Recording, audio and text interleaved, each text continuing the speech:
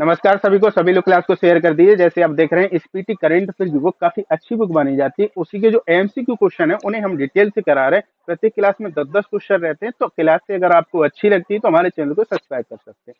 पिछली क्लास में हमने क्वेश्चन नंबर 17 तक कराए थे। आज क्लास को वहीं से कंटिन्यू करते हैं। तो क्वेश्चन नंबर 71 दे रखा है, निम्नलिखित में से कौन सा त्योहार सूर्यदेव और उनकी पत्नी उषा को समर्पित है? तो ऑप्शन नंबर ए वाला सही हो जाएगा, छठ पूजा। सूर्यदेव की बात करते हैं तो सूर्यदेव की दो पत्नियां थी। कितनी पत्नियां थी? दो पत्नियां थी। एक पत्नी का नाम क्या था? उषा। और दूसरी पत्नी का नाम क्या था? छाया। क्या नाम था? छाया। और एक पत्नी का नाम उषा था। आगे हम बात करते हैं तो ये भारत के बिहार, झारखंड, उत्तर प्रदेश, नेपाल के कुछ हिस्सों में मनाया जाता है। कहाँ कहाँ मनाया जाता है? ये भारत के बिहार, झारखंड, उत्तर प्रदेश और नेपाल के कुछ हिस्सों में मनाया जाता है।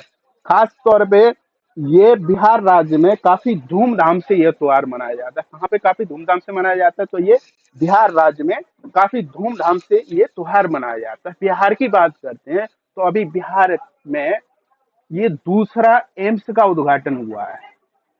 क्या? एम्स का उद्घाटन हुआ है। कहाँ पे हुआ है? दरभंगा में हुआ है। कहाँ पे? बिहार में ही एक जगह पड़ती है, जिला पड़ता है दरभंगा, वहीं पे इसका उद्घाटन हुआ है। किसने उद्घाटन किया है? तो हमारे जो प्रधानमंत्री जी हैं उन्होंने इसका उद्घाटन किया है।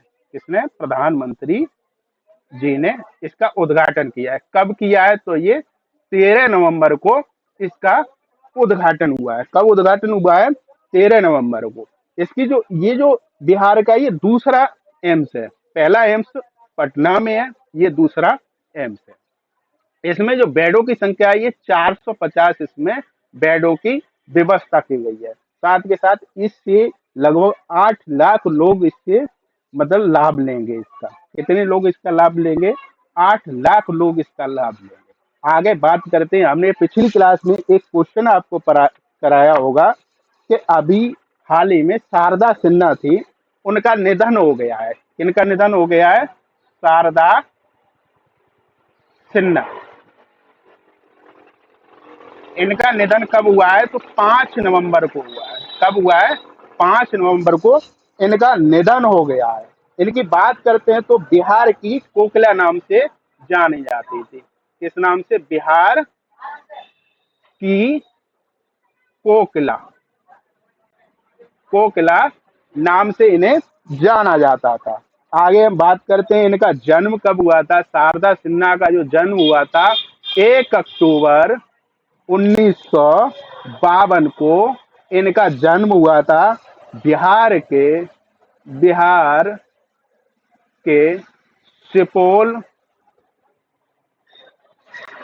जिले सुपौल जिलों में एक गांव पड़ता है, हुलास नाम से गांव पड़ता है। कौन सा? हुलास गांव में हुआ था। तो जो शारदा सिन्हा का जन्म हुआ था बिहार के सुपौल जिले के हुलास गांव में जन्म हुआ था। कब हुआ था? 10 अक्टूबर 1952 को इनका जन्म हुआ था। इन्होंने अपने कैरियर की शुरुआत की थी वो 1972 में, 1971 में इन्होंने अपने कैरियर की शुरुआत की थी। आगे हम बात करते हैं इनका छठ पूजा के ही दिन ही इनका मृत्यु हो गई थी। नेक्स्ट क्वेश्चन की बात करते हैं। नवंबर 2024 में फिडे रैंकिंग हासिल करने वाले दुनिया के सबसे कम उम्र के खिलाड़ी कौन बने? तो ऑप्शन नंबर ए वाला सही हो जाएगा, अनीस सरकार दुनिया के सबसे कम उम्र के खिलाड़ी बने हैं। क्या नाम है? अनीस सरकार इनका नाम है। इनकी बात करते हैं तो ये अनीस सरकार की उम्र सिर्फ 3 वर्ष। ये कितनी उम्र के हैं? 3 वर्ष 8 माह 19 दिन की उम्र है इनकी। 19 दिन के हैं। कितनी उम्र है? 3 वर्ष 8 माह 19 दिन की दिन है।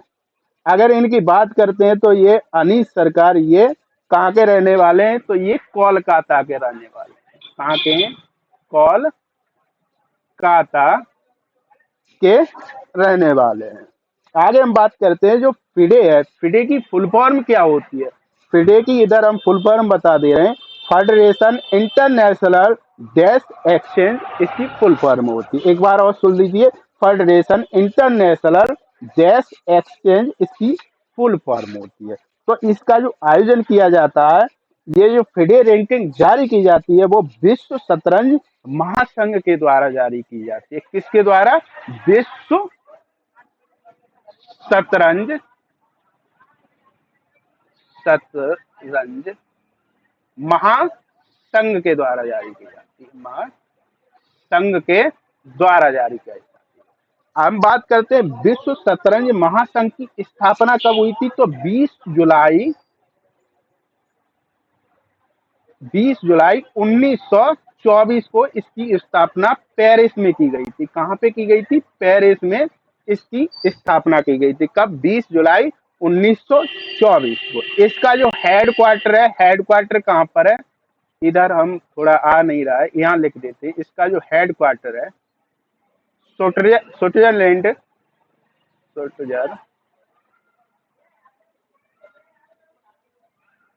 लैंड में एक जगह पड़ती है, उस जगह का क्या नाम है? लोजेन। स्विट्जरलैंड में एक जगह पड़ती है लोजेन, वहां पे इसका हेड क्वार्टर है। आपसे अगर हेड क्वार्टर पूछा जाता है तो कहाँ पे है? लोजेन में इसका हेड क्वार्टर है। ये जो अनीस सरकार है, ये किसके खिलाड़ी थे? तो ये शतरंज खिलाड़ी थे। क्या है? शतरंज खिलाड़ी थे। आपसे पूछा जाता है कि ये किसके खिलाड़ी थे? ये शतरंज के खिलाड़ी थे। इनकी उम्र कितनी थी? 3 वर्ष 8 माह 19 दिन इनकी उम्र थी। कहाँ के रहने वाले थे? कोलकाता के रहने वाले थे। इन्हें फिडे रैंकिंग में इनको स्थान प्राप्त हुआ है। नेक्स्ट क्वेश्चन की बात करते हैं। 73 नवंबर 2024 में इंटरनेशनल सोलर अलायंस के महानिदेशक किसे चुना गया है?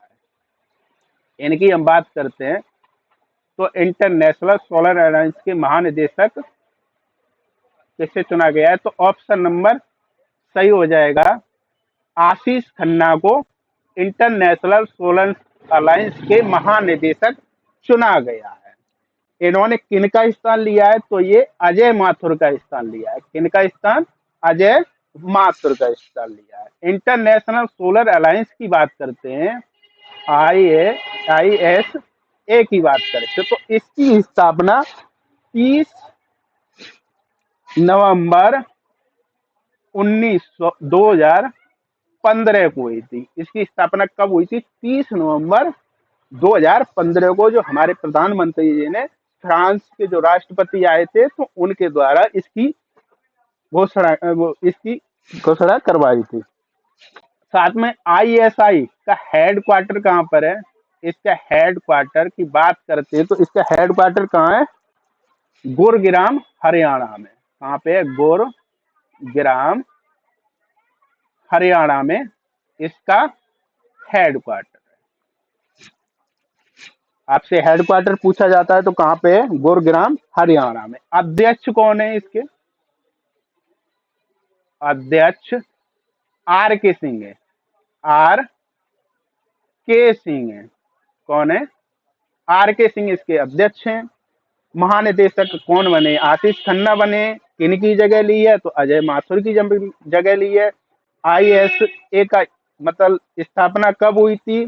तो 2015 में हुई थी। 30 नवंबर 2015 में। किनके द्वारा? फ्रांस के राष्ट्रपति द्वारा प्रधानमंत्री जी ने करवाई थी। नेक्स्ट क्वेश्चन की बात करते हैं। अंडर 19 वर्ल्ड बॉक्सिंग चैंपियनशिप में भारत ने कितने पदक जीते हैं? तो ऑप्शन नंबर कौन सा सही हो जाएगा? भारत ने कुल कितने पदक जीते हैं? तो 17 पदक जीते हैं। कितने पदक? 17 पदक जीते हैं। कौन कौन से?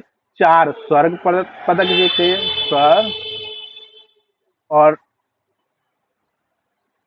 8 रजत पदक जीते हैं, रजत, और 5 कांस्य पदक जीते हैं, कांस्य पदक जीते हैं। आगे हम बात करते हैं क्वेश्चन नंबर 75 की। वर्ल्ड ट्रेवलिंग मार्केट 2024 का मेजबान कौन सा शहर है? तो ऑप्शन नंबर कौन सा हो जाएगा? बी वाला सही हो जाएगा, लंदन इसकी मेजबानी करेगा। इसकी बात करते हैं तो अभी भारत में भारतीय पर्यटन मंत्रालय है, उसने इसमें पार्टिसिपेट लिया है। किसके लिए लिया है? जो मतलब विदेशों से पर्यटक आते हैं तो उनको बढ़ावा देने के लिए भारतीय पर्यटन मंत्रालय ने इसमें 5 से 7 नवंबर को इसमें वर्ल्ड ट्रेवलिंग मार्केट में भाग लिया है। साथ के साथ में जो विदेशी पर्यटक हैं उनको लुभाने के लिए ई टूरिस्ट वीजा जैसा प्रोत्साहन भी दिया है। क्या दिया है? ई टूरिस्ट वीजा जैसा प्रोत्साहन दिया है। नेक्स्ट क्वेश्चन की बात करते हैं, किसने नागरिक पंजीकरण प्रणाली मोबाइल एप्लीकेशन लॉन्च किया है? तो किसने लॉन्च किया है? अमित शाह जी ने लॉन्च किया। ये अमित शाह जी कौन है? ये हमारे देश के गृह मंत्री हैं।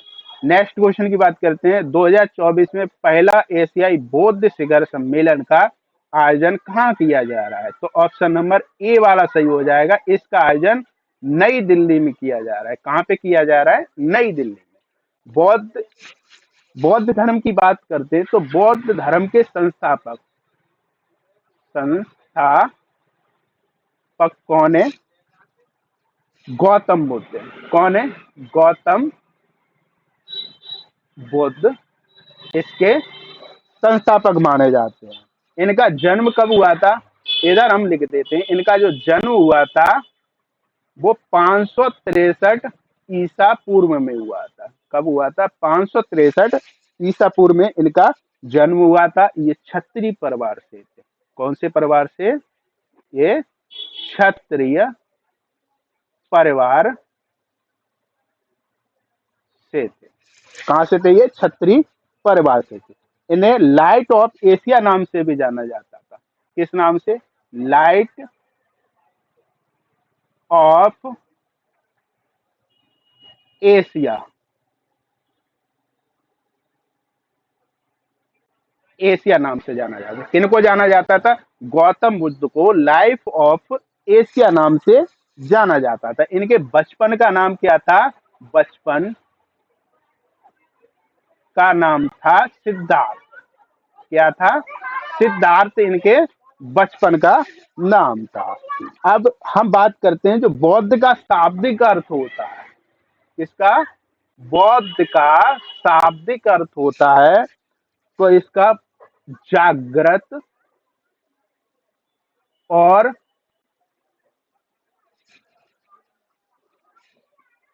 पबोधता। पबोधता इसका शाब्दिक अर्थ। जागृत और पबोधता इसका शाब्दिक अर्थ होता है। आगे बात करते हैं बौद्ध धर्म के प्रथम प्रथम बौद्ध प्रथम बौद्ध का आयोजन कहाँ हुआ था? सारनाथ में हुआ था। नेक्स्ट क्वेश्चन की बात करते हैं, 76वां रिपब्लिक डे 2025 में प्रबोवा सुपियातो को मुख्य अतिथि के रूप में आमंत्रित किया है। ये कहाँ के राष्ट्रपति हैं? तो ये है ऑप्शन नंबर डी वाला सही हो जाएगा। इंडोनेशिया के ये राष्ट्रपति हैं। तो इंडोनेशिया के राष्ट्रपति अगर पूछे जाते हैं तो कौन है? Prabowo Subianto. कौन है? प्रबोवो सुबियांतो इंडोनेशिया के राष्ट्रपति है। इंडोनेशिया की राजधानी कहाँ है? तो राजधानी कैपिटल जकार्ता में है। जकार्ता इसकी राजधानी है। इसकी मुद्रा क्या है? इंडोनेशिया रुपया इसकी मुद्रा है। क्या है? मुद्रा। इधर लिख देते हैं, इंडोनेशिया नेशिया रुपया। क्या है? मुद्रा। इंडोनेशिया रुपया इसकी मुद्रा है। राजधानी जकार्ता में। इंडोनेशिया का दूसरा नाम क्या है? नुस्तारा। इंडोनेशिया का दूसरा नाम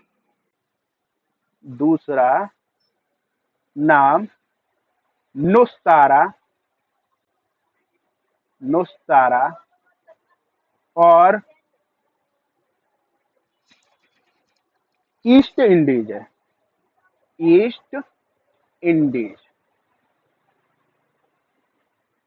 इसका दूसरा नाम क्या है? इंडोनेशिया का नुस्तारा और ईस्ट इंडीज इसका दूसरा नाम है। नेक्स्ट क्वेश्चन की बात करते हैं, तो नेक्स्ट क्वेश्चन क्या है, 5 नवंबर को अमेरिका में राष्ट्रपति चुनाव के लिए मतदान किया गया, जिसमें अमेरिका के राष्ट्रपति का कार्यकाल कितना होता है। तो ऑप्शन नंबर बी वाला सही हो जाएगा। अमेरिका के राष्ट्रपति का कार्यकाल 4 वर्ष का होता है। मतदान कब किया गया है अमेरिका में, तो 5 नवंबर को मतदान किया गया है। अमेरिका के भी राष्ट्रपति कौन चुने गए हैं, तो डोनाल्ड ट्रम्प। कौन, डोनाल्ड ट्रम्प अमेरिका के राष्ट्रपति बने। ये कौन से नंबर के बने हैं, तो ये 47वें नंबर के। कौन से नंबर के, 47वें नंबर के राष्ट्रपति बने। अमेरिका की राजधानी कहाँ है, अमेरिका की कैपिटल इधर लिख देता हूँ। अमेरिका की कैपिटल कहाँ है, वाशिंगटन डीसी में अमेरिका की राजधानी है। और अमेरिका की मुद्रा क्या है, डॉलर है। नेक्स्ट क्वेश्चन की बात करते हैं, क्वेश्चन नंबर 18। केंद्र सरकार ने मुथलापोजी बंदरगाह के विकास के लिए 177 करोड़ की विकास परियोजना की मंजूरी प्रदान की है। यह बंदरगाह किस राज्य में स्थित है, तो कहाँ पे स्थित है, तिरुवनंतपुरम के केरल में। कहाँ पे, ऑप्शन नंबर सी वाला सही हो जाएगा। ये कौन सी जगह, तिरुवनंतपुरम में स्थित है। तिरु लिख देते हैं, तिरुवनंतपुरम में ये स्थित है। इसकी बात करते हैं तो अभी जो केंद्र सरकार है उन्होंने 27 अक्टूबर को इस धनराशि को मंजूरी दे दी है। कितने करोड़ की मंजूरी दी गई है, 177 करोड़ की मंजूरी दी है। तो वहां केंद्रीय मत्स्य पालन एवं पशुपालन राज्य मंत्री जॉर्ज कुरियन, वहां के जो केंद्रीय मत्स्य पालन एवं पशुपालन राज्य मंत्री कौन है, जॉर्ज कुरियन ने रविवार को यहाँ केंद्र की फैसले की घोषणा की है। मतलब वहां पे ये घोषणा कर दी है कि आपको इतना आवंटित किया गया है। तो वहाँ क्या होता है कि वहाँ के जो मछुआरे हैं, तिरुवनंतपुर पे जो मछुआरे हैं, तो वहाँ मछली जो पकड़ के लाते हैं, तो जब पकड़ के लाते वक्त उनकी बहुत सारे मछुआरों की मौत हो जाती है और इसका आंकड़ा बढ़ता चला जा रहा है। तो उसी को ध्यान में रखते हुए उनके लिए ये 177 करोड़ रुपए जारी की गए हैं कि उनकी जिंदगी को बचाया जा सके। और साथ के साथ में लगभग इनके लिए इलेक्ट्रिक जो नाव होती हैं तो उनको चलवाया जाएगा वहां पे सरकार की तरफ से। आगे आज की क्लास को हम यहीं पे ऑफ करते हैं। नेक्स्ट क्वेश्चनों को कल की क्लास में कराएंगे। थैंक यू, धन्यवाद।